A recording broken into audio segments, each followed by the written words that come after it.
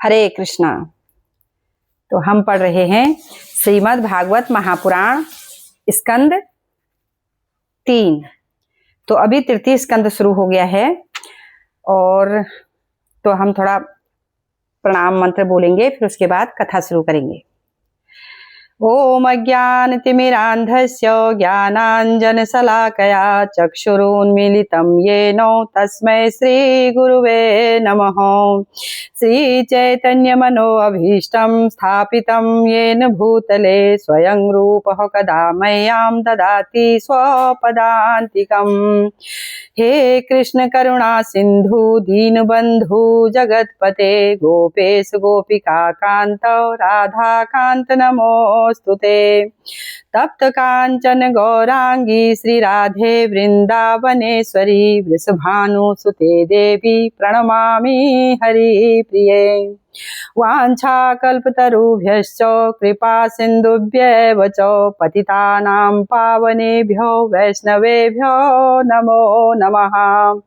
नमः ओं विष्णुपादाय कृष्णप्रेष्ठाय भूतले श्रीमते भक्तिवेदान्त स्वामिने इति नामिने। नमस्ते सारस्वते देवे गौरवाणी प्रचारिणे निर्विशेष शून्यवादी पाश्चात्य देश तारिणे। जय श्री कृष्ण चैतन्य प्रभु नित्यानंद श्री अद्वैत गदाधर श्रीवासादि गौर भक्त वृंदा। हरे कृष्णा कृष्णा कृष्णा हरे हरे, हरे राम राम राम हरे हरे।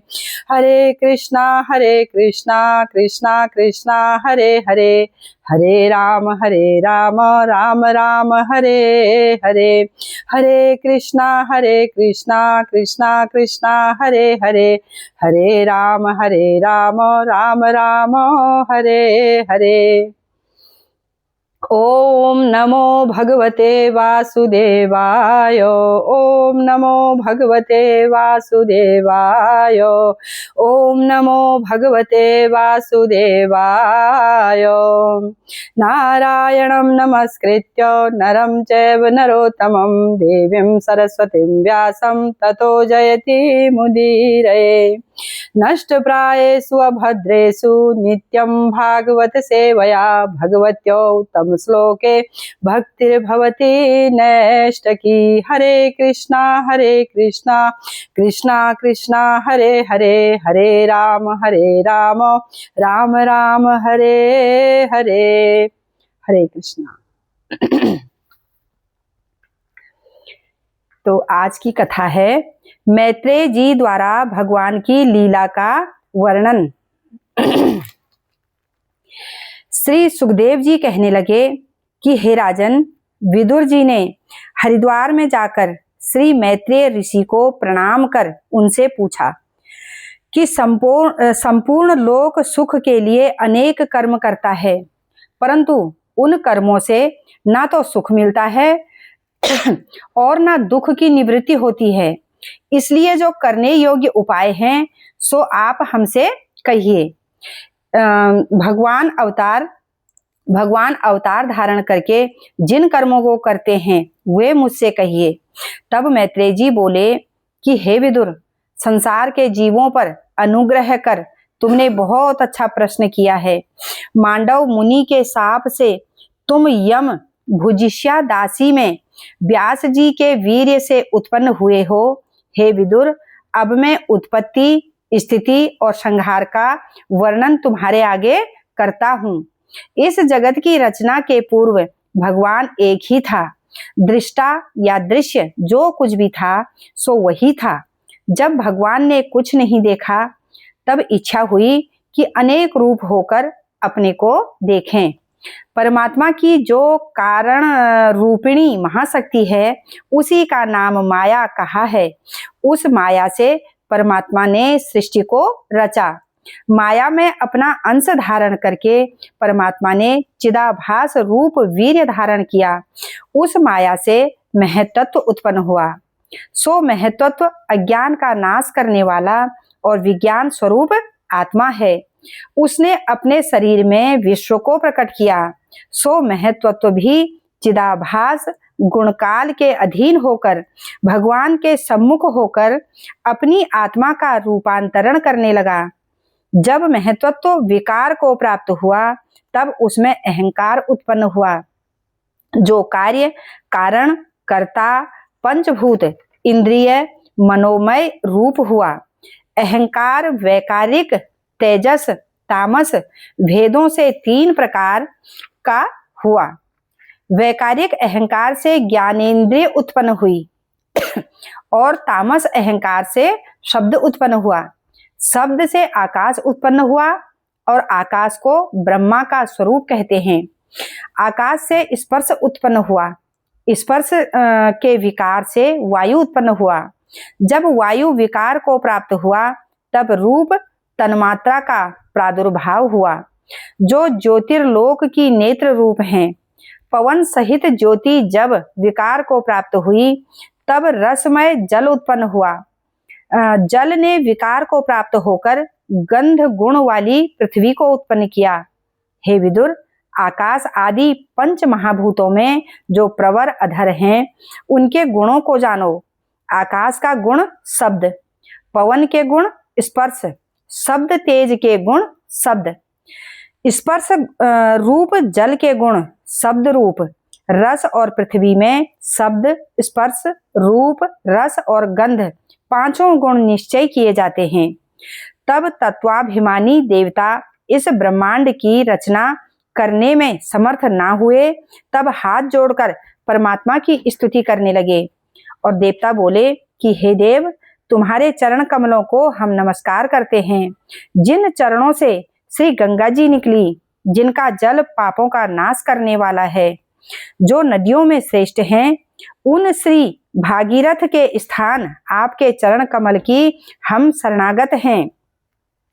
वेद आप में उत्पन्न होकर सर्वत्र विचरते हुए आप ही में प्रवेश करते हैं। हे जगन्नाथ, सामग्री सहित इस अनित्य शरीर और घर में यह मैं हूँ, यह मेरा है, ऐसा दुराग्रह जिनका ऐसे कुटिल और कुमति वाले मनुष्यों के हृदय में बसते हुए भी तुम्हारे चरण कमल दुर्लभ हैं, उन चरणार बिंदों को हम भजन करते हैं। हे आदि पुरुष, लोकों की रचना के अर्थ आपने सत्वादि गुणों से हम लोगों को रचा है, सो हम सब पृथक होने के कारण ब्रह्मांड रचने में समर्थ नहीं हैं। आप हमको अपनी शक्ति और ज्ञान दीजिए, जिससे हम संसार रचने में समर्थ हों। अब विराट मूर्ति की सृष्टि, अब कथा शुरू हो रही है। विराट मूर्ति की सृष्टि। तो मैत्रेय जी कहने लगे कि इस प्रकार पृथक रूप से स्थिर होने वाली उन अपनी शक्तियों को जानकर भगवान काल संज्ञा शक्ति को धारण करके 23 तत्वों के समूहों में अंतर्यामी रूप से एक साथ प्रविष्ट हुए। तत्वात्मक गुण में प्रवेश कर भगवान ने भिन्न भिन्न तत्वों के गुणों को मिला दिया। 23 तत्वों वाले गुणों से परमेश्वर ने विराट शरीर को प्रकट किया। तब विश्व को रचने वाला यह तत्व गुण परस्पर एकत्र होकर शोभित हुआ, जिसमें ये सब लोग स्थित थे। यह विराट संपूर्ण जीवों का आत्मा और परमात्मा का अंश है। यह विराट अध्यात्म, अधिदेव, अधिभूत इन भेदों से 3 प्रकार और प्राण भेद से 10 प्रकार का, हृदय स्थित जीव भेद से 1 प्रकार का है। तब ईश्वर ने तत्वों के विविध वृत्ति लोभ के अर्थ अपने तेज से महत तत्वादिकों को ताप युक्त किया।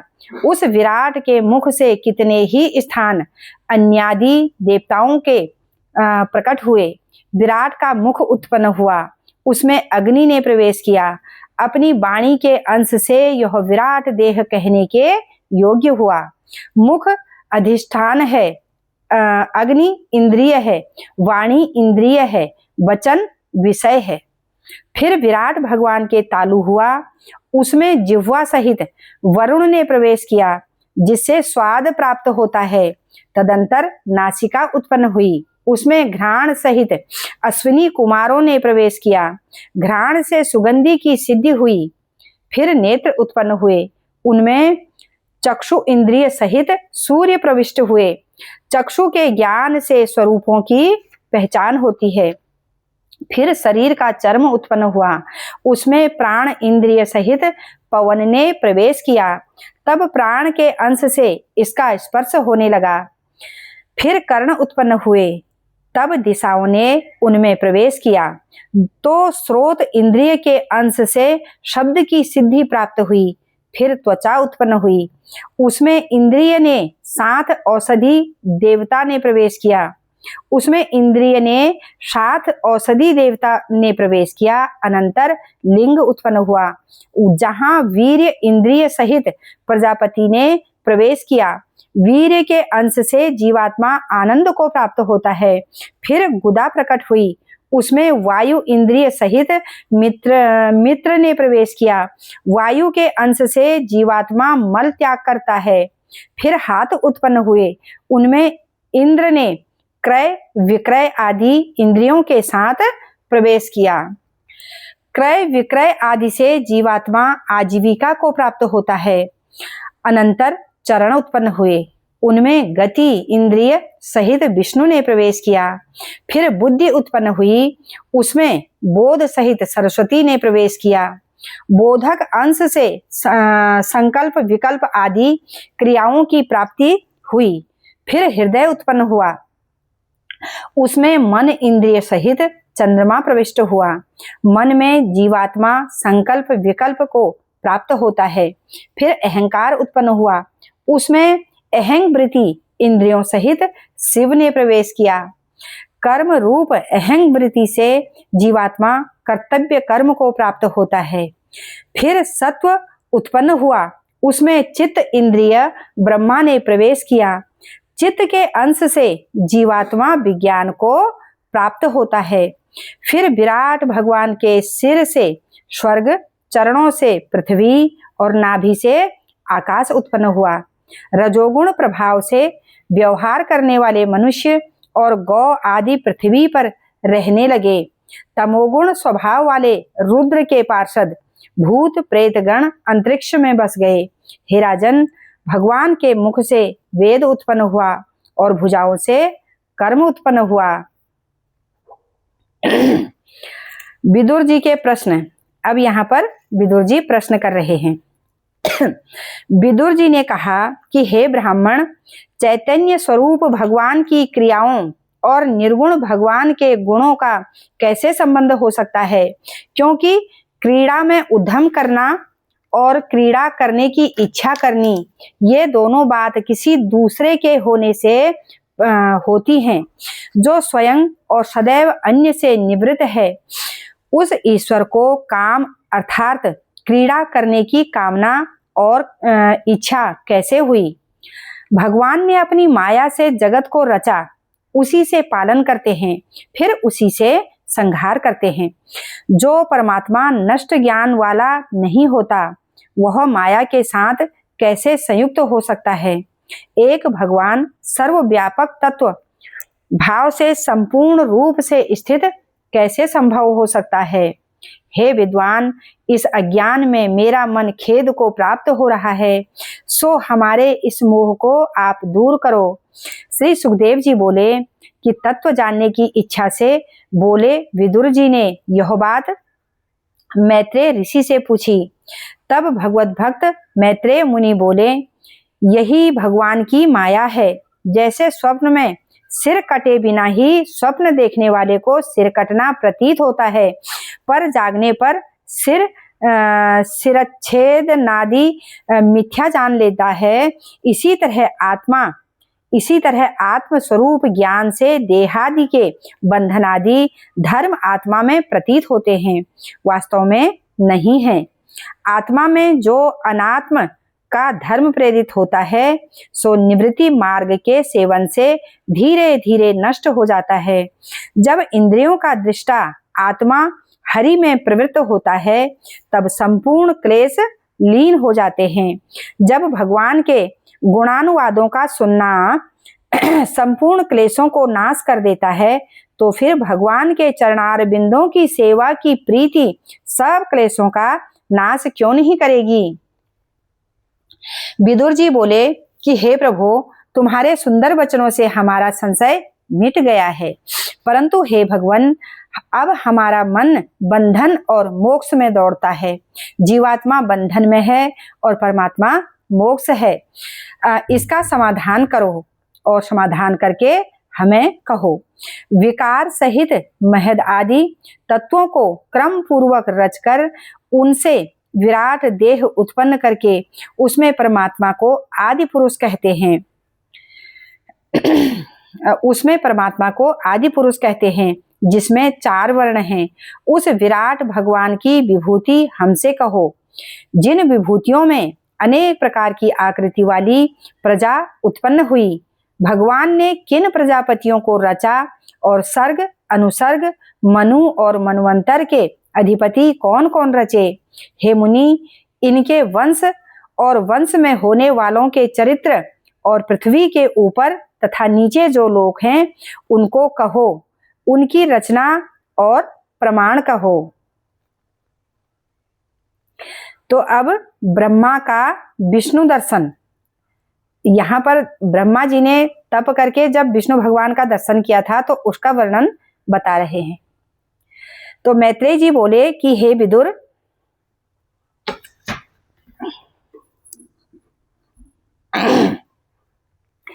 मैत्रेय जी बोले हे विदुर, आपने जो लोक हित आकांक्षा से प्रश्न किए हैं उनके उत्तर में मैं इसी भागवत कथा का वर्णन करता हूँ।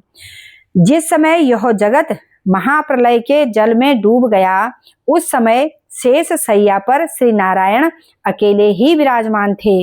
हजारों वर्ष जल में शयन करके भगवान अपनी काल रूपी शक्ति से संपूर्ण लोकों को अपने देह में लीन होते देखते। लोक रचना के लिए भगवान के अंतर्गत जो अति सूक्ष्म रूप से स्थित अर्थ था, वह रजोगुण से विद्ध होकर नारायण की नाभि स्थान को भेदन करता हुआ कमल रूप में उत्पन्न हुआ, जो अपनी कांति से उस जल में सूर्य के समान प्रकाश करता था। वो श्री नारायण की नाभि से उत्पन्न हुआ था। इससे उस कमल को आत्मयोनि कहते हैं। उस लोकात्मक कमल में भगवान ने प्रवेश किया, तब उस कमल से ब्रह्मा उत्पन्न हुए, जिनको स्वयं ब्रह्मा कहते हैं। ब्रह्मा जी ने जब लोकों को नहीं देखा, तब आकाश में नेत्र घुमाए। चारों दिशा की ओर देखने के लिए ब्रह्मा के 4 मुख उत्पन्न हो गए। कमल पर विराजमान आदिदेव ब्रह्मा जी ने ना तो लोक तत्व रूप कमल को जाना, ना अपने आप को जाना कि मैं कौन हूँ। तब ब्रह्मा जी ने विचार किया कि यह कमल कहाँ से उत्पन्न हो गया, नीचे तक है अथवा यहीं से उत्पन्न हुआ है। ब्रह्मा जी इस प्रकार विचार करके कमल की नाल के भीतर प्रविष्ट हो गए, मगर ब्रह्मा जी ने कमल की जड़ का ठिकाना नहीं पाया।